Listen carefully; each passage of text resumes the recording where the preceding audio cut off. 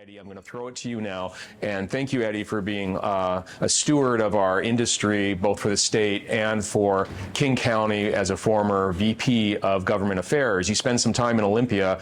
What are those guys doing? Today's a big day for this millionaire's tax. And I've got your slides here, so off you go. Well, let's go back over the past couple of years. The raison d'etre of the Democrats in the legislature right now, in the state legislature, is to try to make our tax base more progressive.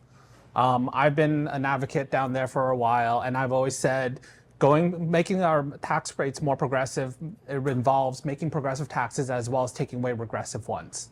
And just adding more taxes on top of our current tax load is more oppressive, not actually progressive.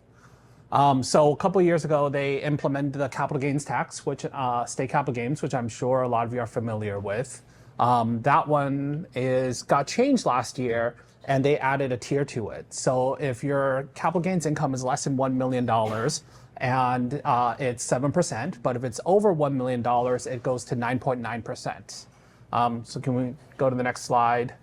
As part of that, what they did last year was they also changed the estate tax. So this is how much money after the exemption you would have to pay. And you can see on the chart on the over $9 million, if prior to the 2025 change, it was 20%, which was already tied for highest in the nation.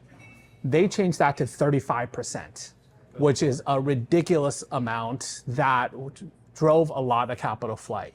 This year, they are currently working on reversing it. So it will go back down to the 20%. So that's good for trying to retain some of the people, because fear of dying here was one of the biggest factors of capital flight. So my advice is don't die in the next couple months. Plan ahead. Or set a trap. Yeah.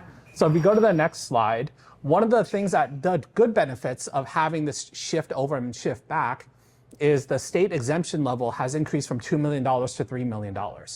So, and that exemption level is not shifting back. So it's now $3 million. It's been pegged to inflation, so it will continue to rise over time rather than having to change. Earlier, you had mentioned the capital gains tax on a $40 million home and having to pay that much. That $250,000 exemption has not changed since 1997. Good Lord. And so that is one of the things that the realtors have been fighting on the national side, is trying to increase that and also peg it to inflation. So if we go to the next slide, this is the new millionaire's tax. It is, despite the myths, there is no ban on income tax in our state, in our state constitution. Show of hands, how many people thought the Constitution said no income tax in Washington state? There is no state ban on income tax. What there is there's called a, it's basically a tax. It says that the tax has to be, uniformity clause. Tax has to be uniform. It has to apply to everybody equally. So what this does is it's a 10% tax on everybody. However, everybody gets a $1 million exemption. So that's kind of how they're getting around the uniformity clause. Seems a little targeted, doesn't it?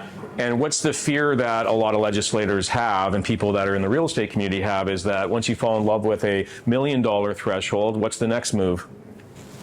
750, 500. Now it's for everybody, and so basically we have a bit of a spending problem, but this is right after adding excise tax. How well did that work, guys? Can you think of anyone that sold a high-profile Hunts Point mansion and instantly sold billions of dollars of stock after landing in Miami? Yeah, you know who. And there's other people like them, right, Bob? Mm-hmm. Yeah. So they are more mobile than you can imagine, and they are going to create a domicile in a tax-friendly state. Could be good news for us, but some people are concerned about a watershed of waterfront, for instance. I know of a listing that's getting launched immediately because they were ready last year, and they're worried about what comes out of the headlines today in King 5. So we haven't heard yet, have we? About the meeting this morning? Millionaire's tax. The millionaire tax this morning had a couple amendments that changed a couple things. They added diapers to the amount of exemptions. So one of the things that it is paying for is there's going to be no sales tax on personal hygiene products and diapers, and they're going to to increase the small business B&O exemption from $150,000 to $300,000, though the governor wants to push that to $1 million on the B&O small tax exemption. And things like that. So there's going to be some give back on it, but not enough because most of the money's still But here's going why over it the matters, general. right, Eddie? So if it ends up on the ballot again to repeal it, did everyone remember the repeal attempt for the capital gains tax? How'd it go? Not good. So maybe we'll get someone talk about the repeal likely in November and why it might not be successful. Okay. So the process of this is going to go through the legislature. At this point, I don't see any reason this bill will not go through the legislature and be signed by the governor. Up next, it will get referred to the state Supreme Court for a constitutionality test. The Supreme Court will look at it and determine whether the tax is constitutional or not. And given what they've done on the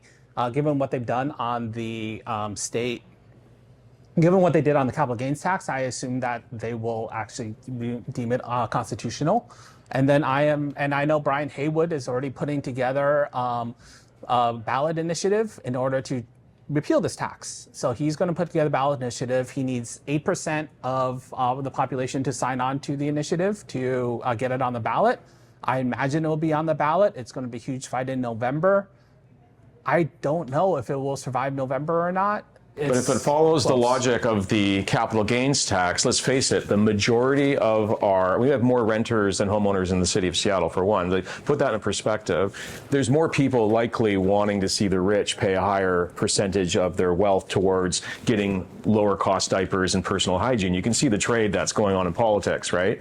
So is there more likelihood that it'll get voted down? Probably. If I were to wager on this, I would wager that it will survive the ballot initiative. Meaning the income tax stays. I think I would be willing to bet that the income tax stays. So what percentage of your would-be sellers or your would-be buyers are going to be waiting for an outcome in November? Some people are making decisions today. That's the crazy thing. This is a little bit like we talked about the one big beautiful bill. It took a little while to get through, right? Yeah.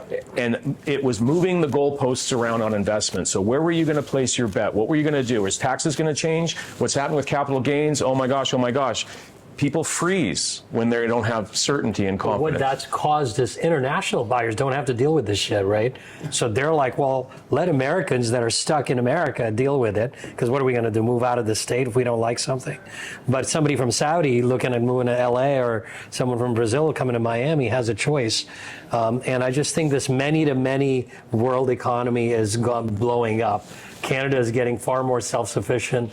Europe is back, right? I mean, it's a great place to visit. We all travel. I mean, the south of France is booming again. You know, these places were derelict a few years ago from lack of tourism. So I really think a lot of good is coming out of this, but us as Americans living in America have another thought coming. So here's some of the nuances on the tax credits that are important for you when you're dealing with your client. If your client whose income is majority coming from stocks and bonds, as are a lot of our high-tech clients, the money that they pay into the state capital gains tax is a credit versus the money that they're paying to the millionaire's tax. So they're not getting double taxed on it. If they're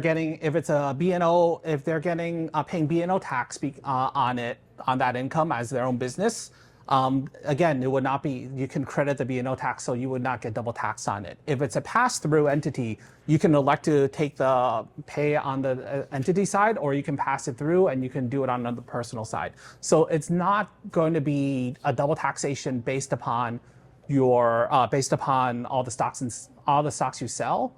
You're not just going to be paying based upon just capital gains and as well as income tax, but only one or the other. But importantly, for all those people locked into the $3.5 million base, your basis might be less than that, but it's probably worth millions and millions of dollars more. There's a big capital gain. Oh my gosh, what's going to happen when I sell this house? So let's go to the next slide.